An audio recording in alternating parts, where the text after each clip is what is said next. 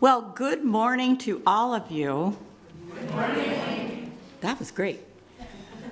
I'm welcoming all of you online, all of you here in the chapel, and it's a beautiful blue sky, sunny Oregon morning. Isn't that wonderful? We're especially glad for all of you who come here all the time, like me. All of you have been coming recently, and there are some newcomers here for the first time today, so welcome all of you, and welcome all of you online. My name is Cynthia Hopkins. I'm your worship leader today. Our speaker is our own Reverend Robin Zucker, who's going to be speaking to us today about adaptation and resilience, particularly in light of the issues this new year and administration are already bringing, including in the last few days. She will also lead us after the service in spirited conversations on this topic. So if you have time to stay with your coffee, that would be good. And before we go any further, if you have a cell phone with you, please put it on silent. Thank you. Eastrose Fellowship sits on the occupied territory of the Clackamas Chinook people, who were forcibly displaced from this land to the Grand Ronde Reservation in 1855. We acknowledge the sacrifices endured by the ancestors of this land, and that their presence here today is only possible because of the injustices committed against them. We recognize the inherent sovereignty of the Chinook Nation and the Confederated Tribes of Grand Ronde, who carried on their traditions, history, and legacy held by their ancestors from time immemorial to this day. We seek meaningful relationships with these communities that foster repair. At this time, let's take a minute and greet each other here in the chapel. Get up and say hello and introduce yourself. And stand and wave at the cameras on the back to those online.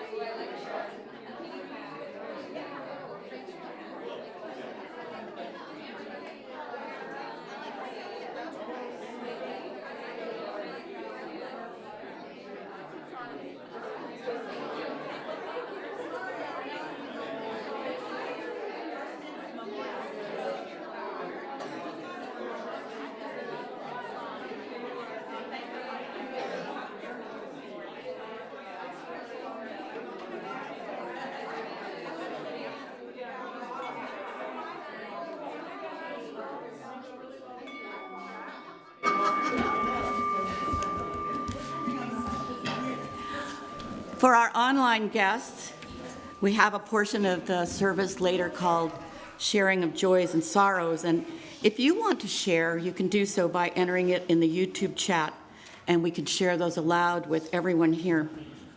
I also encourage you, if you haven't already done so, to identify yourself in the chat so we can better acknowledge your presence with us today. Our responsive call to worship today, the words should be on the screen. I'll be reading the words in yellow, okay. Thank you, Rev. And you all read the other color. This is by Marge Piercy, and it's called To Be of Use. I want to be with people who submerge in the task, who go into the fields to harvest and work in a row and pass the bags along, who stand in line and haul in their places, who are not parlor generals and field deserters, but move in a common rhythm when the food must come in or the fire be put out. The work of the world is common as mud. Botched, it smears the hands, crumbles to dust. But the thing worth doing well done has a shape that satisfies, clean and evident. Greek amphoras for wine or oil, Hopi vases that held corn, are put in museums, but you know they were made to be used. The pitcher cries for water to carry, and a person for work that is real.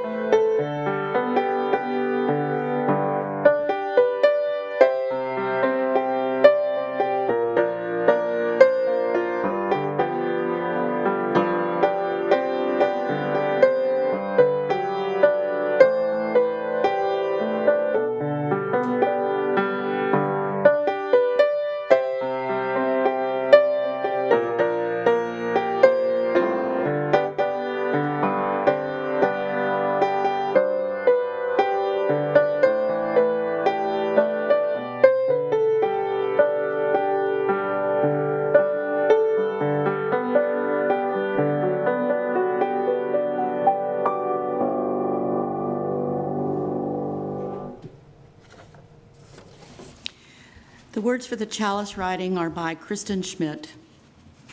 Though hatred perches in the seat of power, and cruelty fractures the law, the rule of law, while a few seek to control the many through fear and anger, and so much all around us is so heavy, within each and every one of us, still, beauty is enfleshed.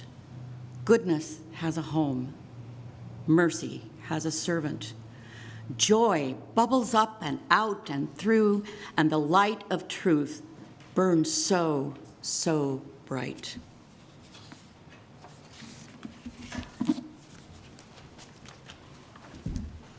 Good morning, everybody.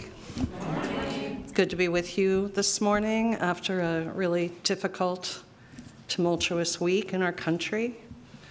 I'm going to share as my opening words the final passage from the homily by Episcopal Bishop Marion Edgar Buddy that was preached at the National Cathedral in Washington on January 21st, and set off quite a reaction because of her use of the word mercy. She preached, "Let me make one final plea, Mr. President. Millions have put their trust in you. As you told the nation yesterday, you have felt the providential hand of a loving God. In the name of that God, I ask you to have mercy upon the people in our country who are scared now. There are gay, lesbian, and transgender children in Democratic, Republican, and independent families, some who fear for their lives. The people who pick our crops and clean our office buildings, who labor in poultry farms and meatpacking plants, who wash the dishes after we eat in restaurants and work the night shifts in hospitals. They may not be citizens or have proper documentation, but the vast majority of immigrants are not criminals. They pay taxes and are good neighbors. They are faithful members of our churches and mosques, synagogues, gurdwara, and temples. I ask you to have mercy, Mr. President, on those in our communities whose children fear their parents will be taken away, and that you help those who are fleeing war zones and persecution in their own lands to find compassion and welcome here. Jesus teaches us that we are to be merciful to the stranger, for we were all once strangers in this land.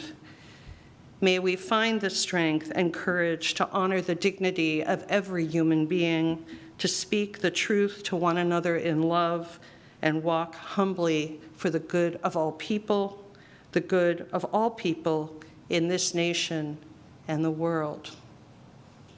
Let us all say amen. Amen. For those who are new today, we have two hymnals. One is gray and one is teal, and they should be in the seat in front of you. And our opening hymn is number 301 in the gray hymnal. The words will be on the screen. Please rise for Touch the Earth, Reach the Sky.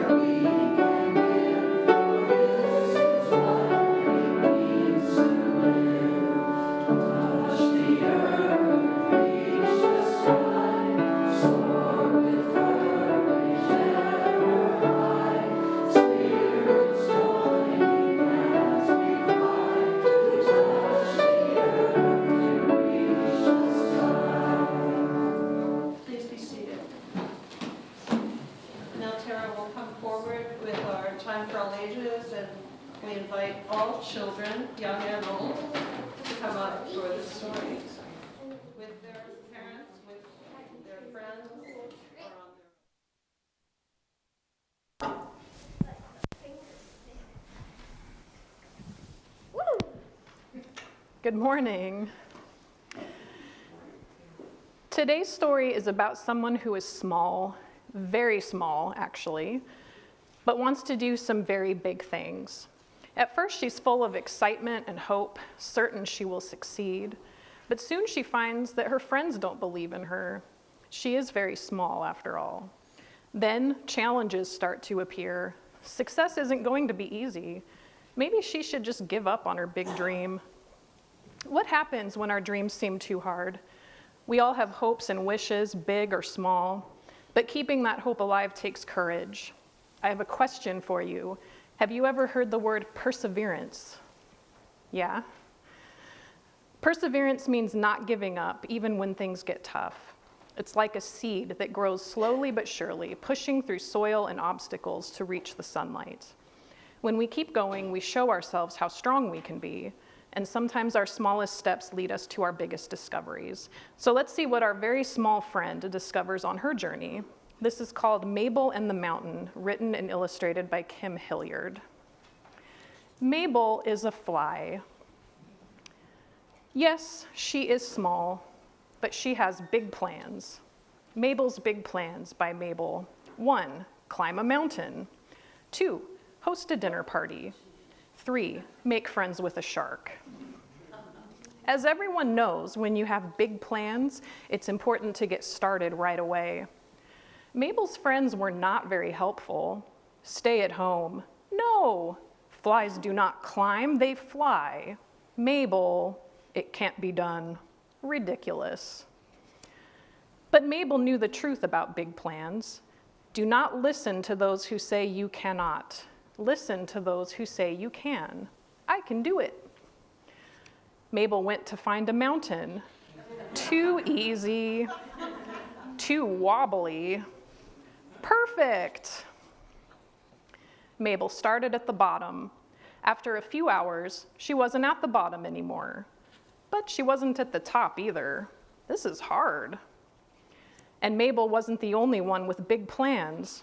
Some were faster, some were stronger, some were louder, and some were just plain rude. A climbing fly, ha ha ha ha ha. Mabel wanted to give up, or at least change her big plans. 1, climb a tree.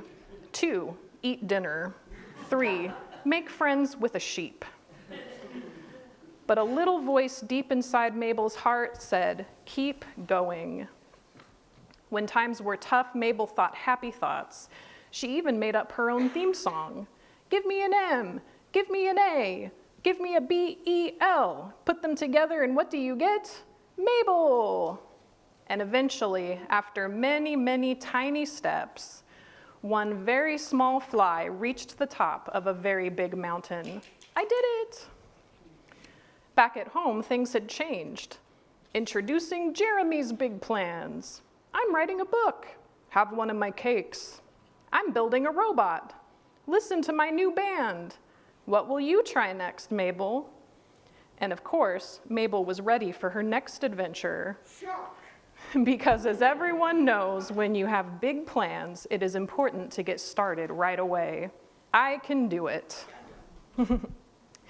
Perseverance isn't about never failing. It's about getting back up and trying again, even when the journey is difficult. And with that, we'll say goodbye to Reverend Robin and the grown-ups who are going to continue talking about perseverance while we head back to our classroom. So if the adults along the center aisle will form a bridge, we'll sing the children out.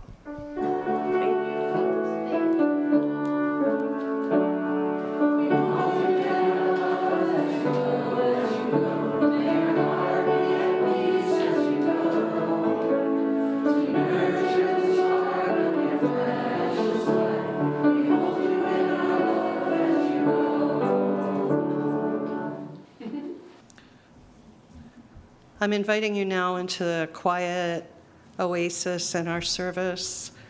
I invite you to put your feet on the floor and uncross your arms and close your eyes and just take a big inhale and a big exhale. Drop your shoulders, soften your face. Feel how much tension you're holding in your jaw and your forehead and your shoulders and neck, and just see if you can dissolve that through your breath into a more spacious place. Begin some intentional breathing, 4 beats in slowly through your nose, 5 or 6 beats out slowly through your mouth, creating a comfortable rhythm with your breath.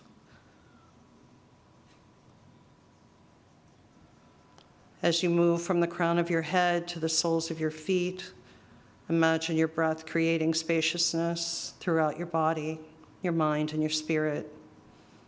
Just breathe.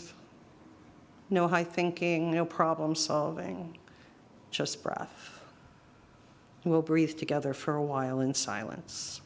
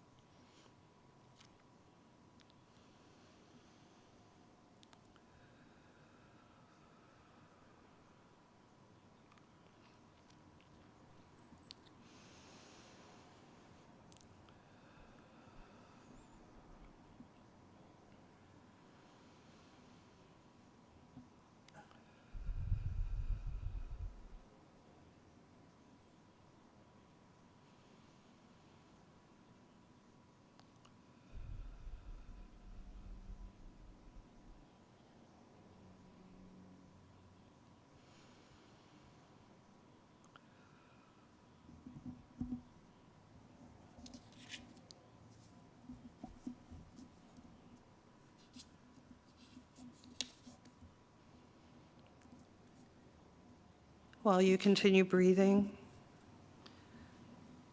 eyes closed, I offer these words written this week by my colleague, Sarah Lawal, seeking that which unites us. Spirit of life and love, in this time of uncertainty, of fear and anguish, our nation holds its collective breath. In this time when rhetoric blusters about and words are used like weapons, our nation clenches its fists, tightens its shoulders, eyes squeeze shut. Some are preparing for a fight. May we remember we are a people of resilience. We have faced many uncertainties before. We have weathered storms. We've been consumed by flames. We've risen like the phoenix from the ashes, and we will again, we the people.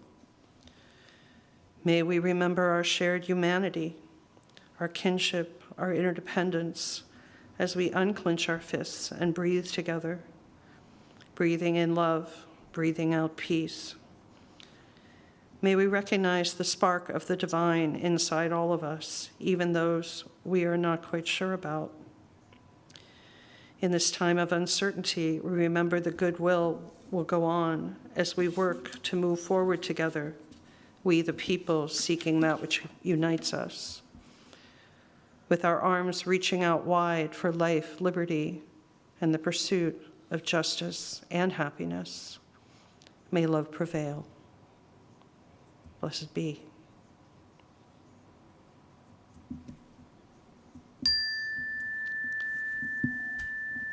Slowly come out of your breathing rhythm, and then end with one big inhale and exhale.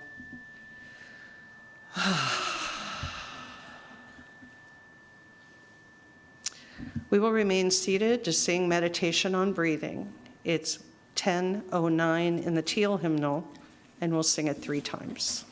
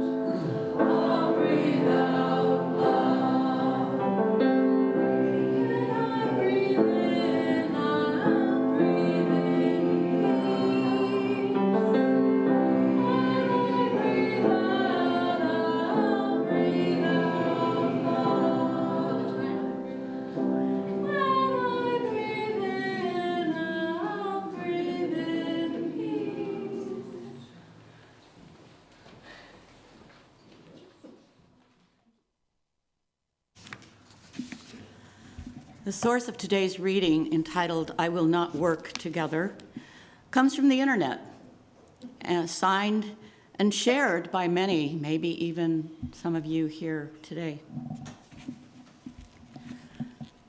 Some people are saying that we should give the new president a chance, that we should work together with him because he won the election and he is everybody's president.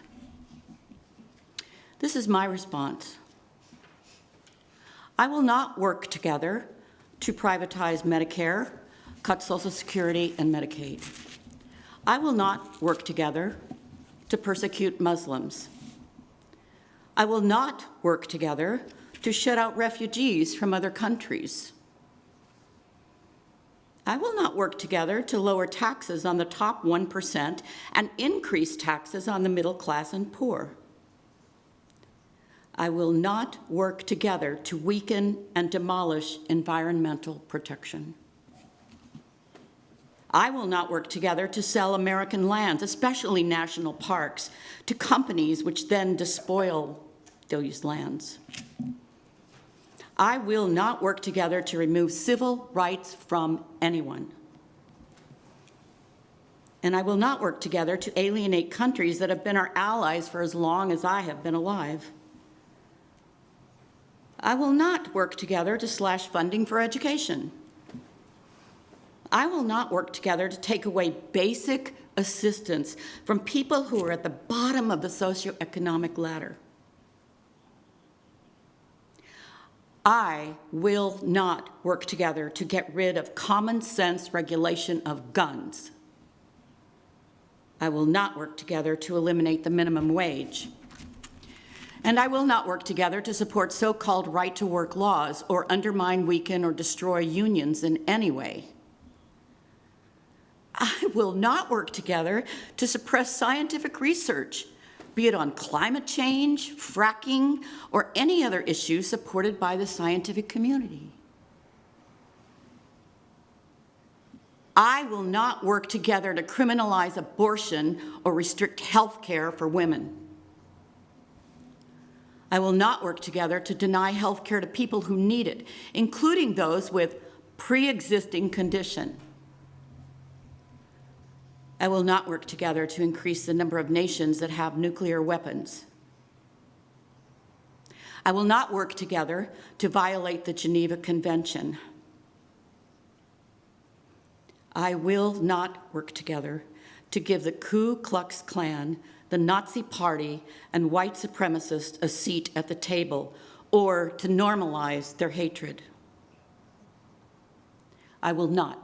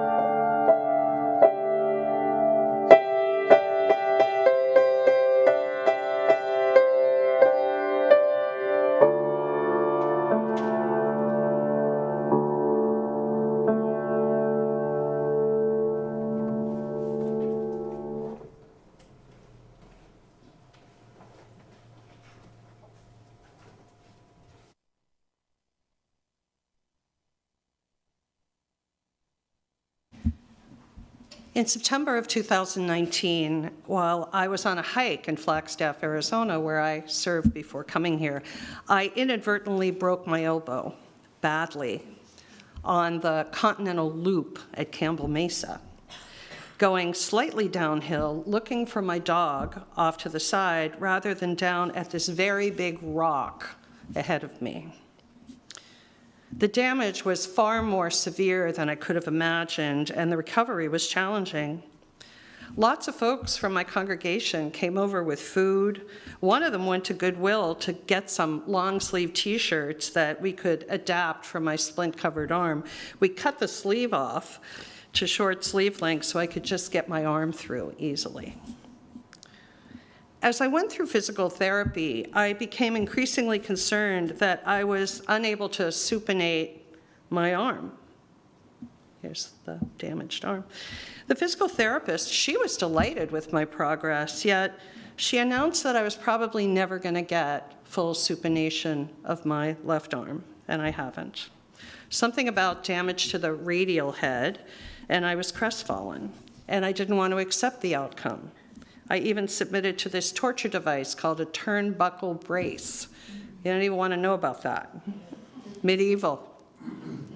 Did I mention that I'm left-handed? Or that I had played the guitar regularly and passionately since I was 14 years old? The left-handedness resolved itself finally, and I have complete function of my hand with some slightly wonky fork handling, and my handwriting isn't quite as nice as it used to be. However, the guitar playing, that was where my sorrow really resided. You see, it's not really possible to properly play a guitar if you can't supinate your left arm and wrap your hand around the fretboard. I've tried. If I'd scrunch down on the floor and sort of fold myself over the guitar, I was sort of able to play some basic chords, but no bar chords and nothing complicated. But, you know, that's not really very satisfying after decades of facility on an instrument. So this guitar had been gifted to me, this beloved guitar, more than 50 years ago. It was part of me. So I always related to the James Taylor song where I got my title today, Me and My Guitar. He said, me and my guitar, always in the same mood. I am mostly flesh and bone, and he is mostly wood. He never does grow impatient with the changes I don't know. If he can't go to heaven, maybe I don't want to go, no. So, you know, I looked at a bunch of options. I thought about commissioning an adaptive guitar, and it was very expensive, $10,000. So I didn't want to do that. Play right-handed? Well, I am not Paul McCartney. Pursue additional surgery? Not recommended. So finally, I made this decision and I bought a ukulele, a nice ukulele, a concert ukulele. And, you know, it's a ukulele. It's small. It's very nice. I can get my hand around the fretboard. I bought a book. But it wasn't my jam. I was sad, but not defeated. I decided that I was going to need to adapt to this new reality. Grieve and adapt. And then last March, by pure serendipity, I encountered this beautiful travel guitar at a folk music weekend I went to, and I thought, and I tried it, and it was definitely promising. So I bought one, and I can play the guitar again. Well, not like I had before, but enough. This has been a gift, yet still an adaptation. Every time I play for a half an hour or so, I have to kind of like unfurl my painful arm and unfurl my claw-like fingers. But you know what? It's brought back some joy to my life, even though I've had to adapt. Now, compared to the prospect of losing one's sight or the use of one's legs or the despair of being a hungry, storm-tossed refugee or being burned out of your home in California, this is an adaptation I could face with grace and gratitude. Humans are remarkably adaptive creatures, aren't we? In an article for a scientific journal, the evolutionary biologist Valerie Forgard notes that not only can we survive in various biomes, but we can live in built environments. Our brains and bodies allow us to get by with a bare minimum of equipment and infrastructure. You know, we survived for a millennia or more without technology. Unlike many other species, humans can adapt quickly to different circumstances and conditions. Some of it's physical, the hair on our head or the way our skin absorbs moisture from sweat. We're adaptable because we have the flexibility to eat, to learn from others, to live in diverse settings, and make and use tools. We have the ability to be of use, as Marge Piercy puts it. But it is the learning from others that really caught my eye. Throughout our evolutionary history, humans have adapted through stories and skills passed down through generations. And we can learn how to survive by using our brains and our grit to respond to a changing environment, changing world, a changing society. We can adapt our behavior based on the challenge at hand. We can find creative solutions, while many other animals lack the ability or motivation necessary for such behavior.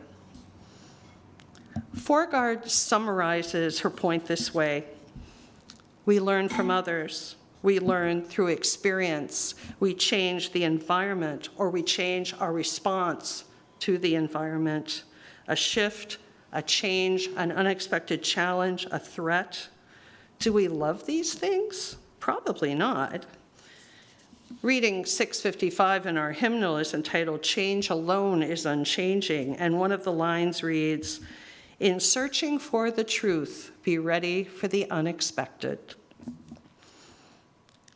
In a sermon about transitions, expected and unexpected, my colleague, the Reverend Josh Pollack, preaches that perhaps change is life. Frustration and snags is life.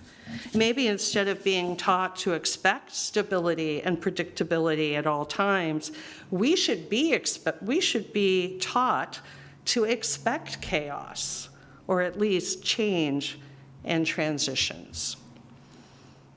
Many of us are comfortable with small changes. Some of us can skillfully handle bigger ones, like the loss of a loved one or the new normal of retirement. Surface change surely brings variety to life, trying new foods, a new haircut, getting out of your rut, trying a new hobby, pickleball maybe, very popular. I love what the Reverend Meg Riley says about how she wishes change would happen. She writes, "Here's how I wish change would happen. Change says to the universe, 'Hey, I'd like to happen now.' And the universe replies with ease and joy, 'That's terrific. Happen then.' And change happens. A tiny and sweet bud opening on a beautiful flower." Here's how it seems change mostly happens. Riley continues, "Change says to the universe, 'Hey, I'd like to happen now.' And before the universe can even have an opinion, resistance says, 'No.' And change says more loudly, trying to reach the universe, 'I want it to happen now.' And resistance jumps in and screams, 'No, no, no.' And the universe, hearing such a ruckus off in the distance, says, 'What?' And change replies, 'I am going to happen whether resistance likes it or not.'" And that's where we are right now, aren't we? In this moment, here in America, here in this congregation in America. When I first decided to preach on adaptation and resilience, I imagined a sort of universal life coachy sermon on the inevitable need to adapt to life's twists and turns and how building resilience helps us do that well. Essentially the points I've made thus far in the sermon. Well, my timing on this topic couldn't be more interesting, could it? And certainly more fraught and compelling. We're in a situation now, after a mere week of this new administration and a blitzkrieg of legally shaky executive orders, of needing to figure out how to adapt to this chaotic and cruel new normal without becoming paralyzed or complicit through sheer fatigue or uncertainty on how to resist. This is not a guitar playing crisis. This is much bigger than that. Did you know that Native Americans are being detained by ICE and questioned about this birthright citizenship? Native Americans. I read it on a Navajo social media site. Trump has withdrawn us from the Paris Climate Agreement and the World Health Organization. Reverend Marian Buddy, who I quoted earlier and who spoke truth to power in the homily I quoted, she's been receiving death threats from so-called Christians because she asked Trump to show mercy to people in our country who are afraid and marginalized. Medicare and Social Security are under threat. This is all very surreal and scary, isn't it? Imagine being a migrant worker who has been here for decades, a refugee who fears being sent back to a country that might kill them, a gay couple who worries about having their child taken away, a pregnant person who wants an abortion, or a transgender person seeking medical care.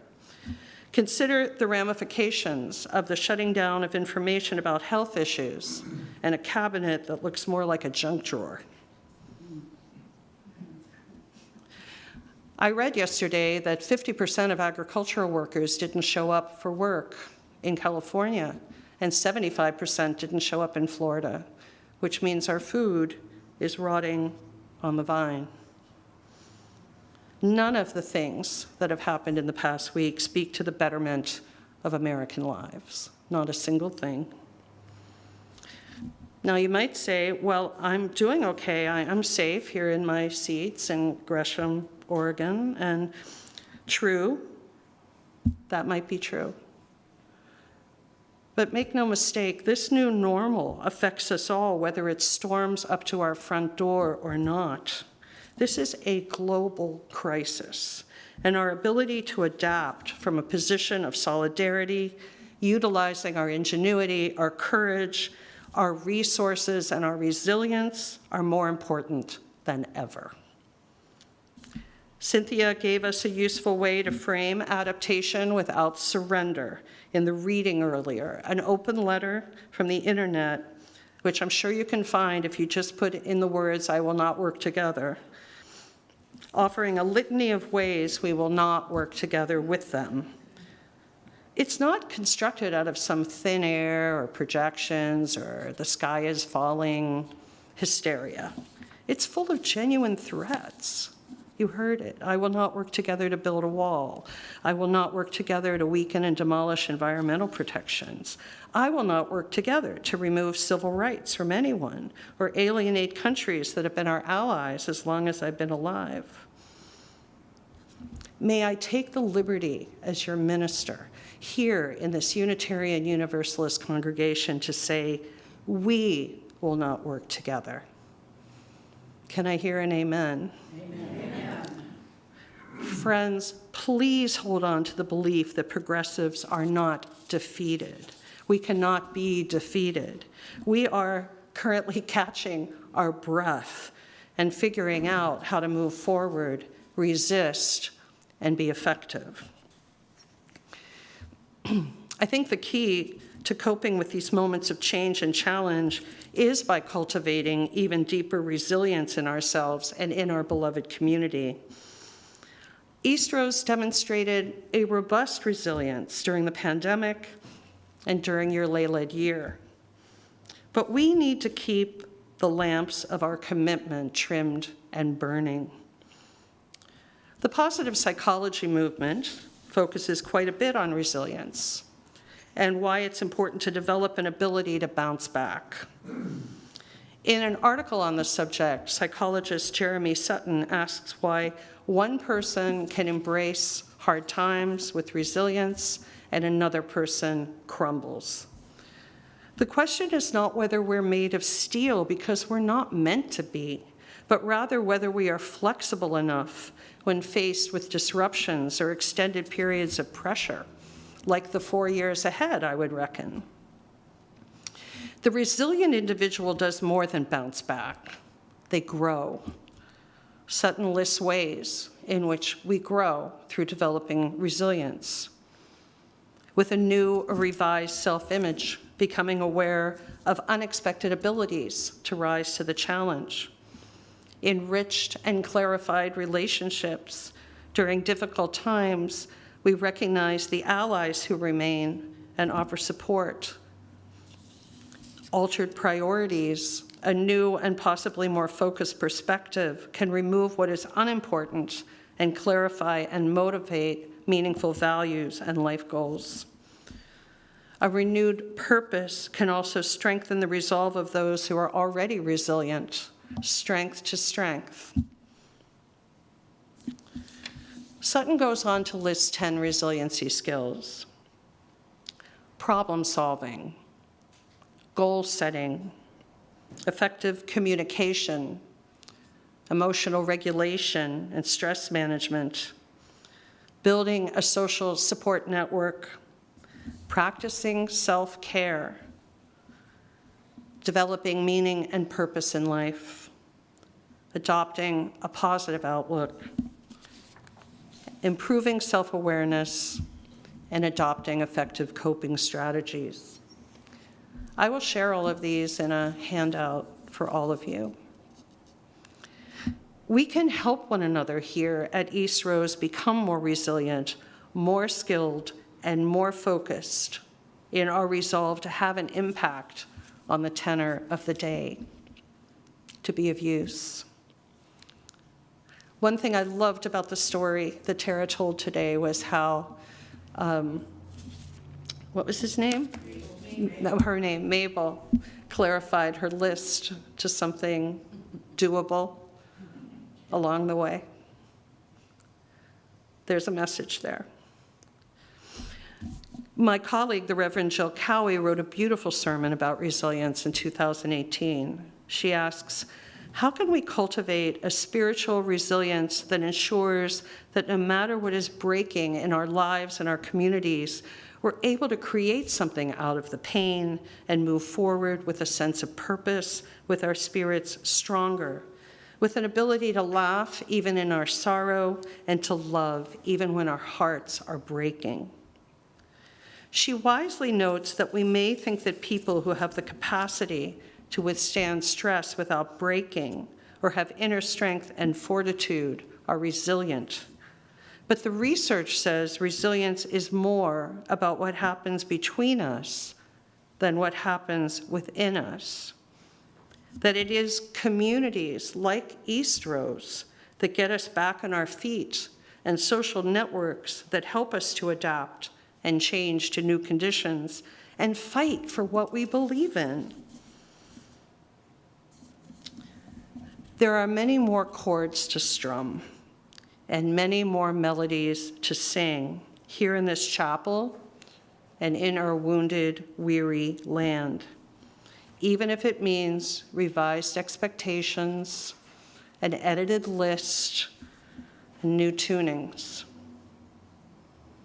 May we embrace change and adaptation and practice a shared resilience to meet the challenges ahead. This morning, Robert Reich, who was former labor secretary and a progressive warrior, posted online his 10 ways to deal with the current situation. I'm just going to share number 10. He says, keep the faith. Do not give up on America. Remember, Trump won the popular vote by only 1.5 points. By any historical measure, that was a squeaker.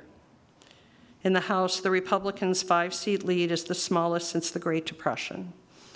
In the Senate, Republicans lost half of 2024's competitive Senate races, including in 4 states that Trump won. America has deep problems, to be sure, he says, which is why we can't give up on it or give up the fights for social justice, equal political rights, equal opportunity, or the rule of law. The forces of Trumpian repression and neo-fascism would like nothing better than for us to give up. Then they'd win it all, and we cannot allow them to. And please, be sure to find room in your life for joy, fun, and laughter. Do not let the darkness take you over. Just as it's important not to give up the fight, it's critically important to take care of yourself. If you obsess about Trump and fall down the rabbit hole of outrage, worry, and anxiety, you won't be able to keep fighting. In that spirit, we'll rise and sing together our final hymn, number 311, Let It Be a Dance. Please rise as you are able.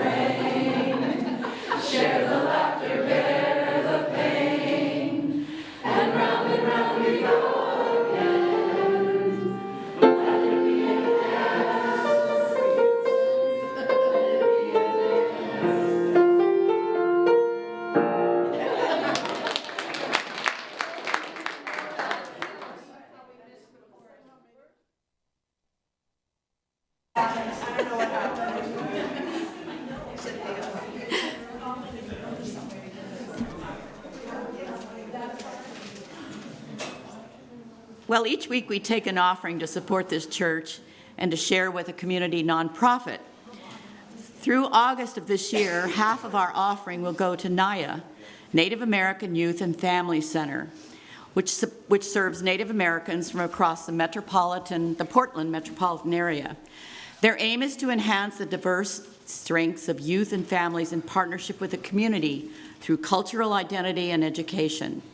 They promote healthy living through positive alternatives to high-risk behaviors and promote the values of sobriety, family stability, culture, active lifestyles, and education. Our congregation is involved in several projects with NIA, and we encourage you to check Petals or contact Karen Pyle, right there, for ways to join this partnership. If you're online attending, you can donate by visiting our website and clicking on the donate button. It's very easy to do. Or you can scan the QR code on the screen. If you're here for the first time, and I know some of you are, let the basket pass you by, for you truly are guests today. The gifts of the congregation will now be most gratefully received.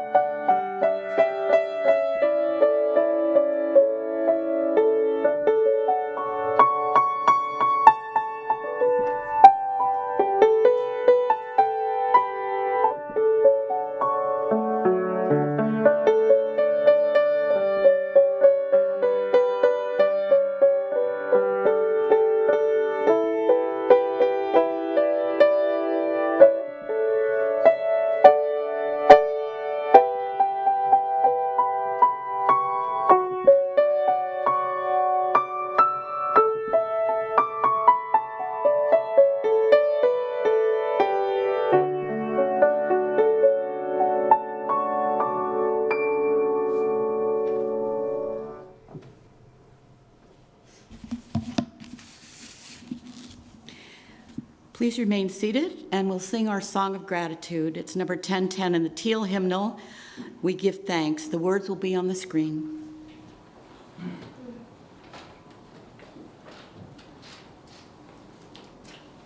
Sorry.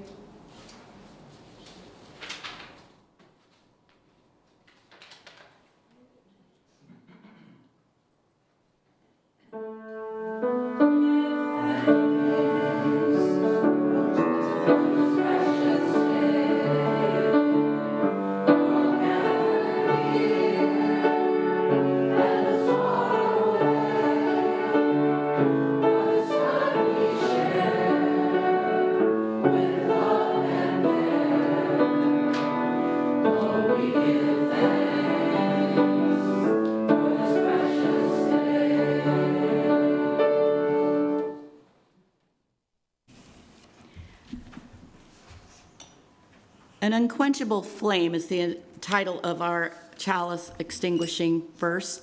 It's by Ben Atherton Zeman. As we extinguish the flame on our chalice, we ignite it within ourselves. Our commitment to our mission and to one another is an unquenchable flame. Let us remember that we are not alone until we light this flame next time.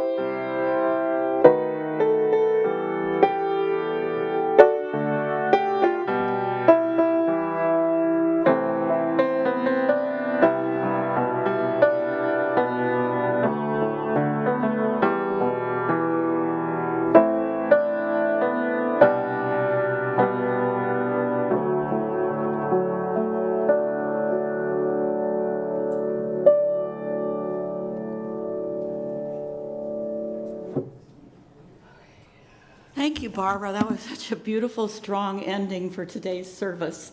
Thank you so much. We have announcements, a few. I have other thanks. Thank you, John, our regular guy back there in the AV booth. To April and Nancy for passing the offering baskets. To Iris and Patty, our faithful greeters out there in the lobby. And let's see, who else am I forgetting? Anybody else? Thank you. We have a couple of announcements. As always, you can go online or you can go look at your pedals. There's a lot of things happening with Eastrose folks here coming up. I have this announcement from Karen Pyle, who is right there. She says, we're looking for a few more folks to join us with our NAIA partnership, particularly mentors for youth and kids, community garden and tiny forest help. And anyway, if you're interested at all, please see Karen. She's going to be around for a while after the service. And also, coming up in about a month, which is not that far off, it'll be here before you know it, we're having our next round of Friendship Circle dinners. That'll be on February 22nd. That you can sign up to be a host or a guest. For more information, you can go online. You can download forms to sign up there, or you can get one today from Linda. Raise your hand. She's got them, and you can check in with her. I don't think, unless somebody else has got an announcement. Tom, come on up. I'm Tom, for those of you. Oh, come on up, use the mic. Oh, come on, don't be shy. Where? Yeah. Oh, this mic, that one's already off. Okay, whatever. Just turn it on. Yeah, well, here we go. See, this is the first test of making an announcement. Yes. Anyway, I'm Tom, and I'm announcing that we are starting a men's group, and our first meeting will be this Thursday at 11 a.m. at Legacy Coffee, which is on Main Street right by Jazzy Bagel. And so far there's 4 of us coming. And this is a weird time in this country, as we all know. And so I would just like to say that starting a men's group is not meant to be divisive of this crowd. And in fact, anyone who has some self-identity that includes being male, either completely or partially, you're welcome to come. I think we'll have an engaging conversation and do some exploration. And I told Karen last week after service that it would be great if there were also a women's group. We could meet in the same place, you know, women here, men here, and then at the end get together and just explore. You can leave it to the women to decide that. Yeah. Yes, we will. Karen made that clear. Yeah. Yes. But anyway, I would just like to extend that. So thank you very much, and I hope to see more of you at the group Thursday, 11 a.m. at Legacy. Yeah, great. And at some point, you might consider some weekend time so that folks who work can also Yes. come and be part of that. Thank you, Tom, for starting that. That's a great idea. And I would like to start a women's group, so if you're into that, let me know.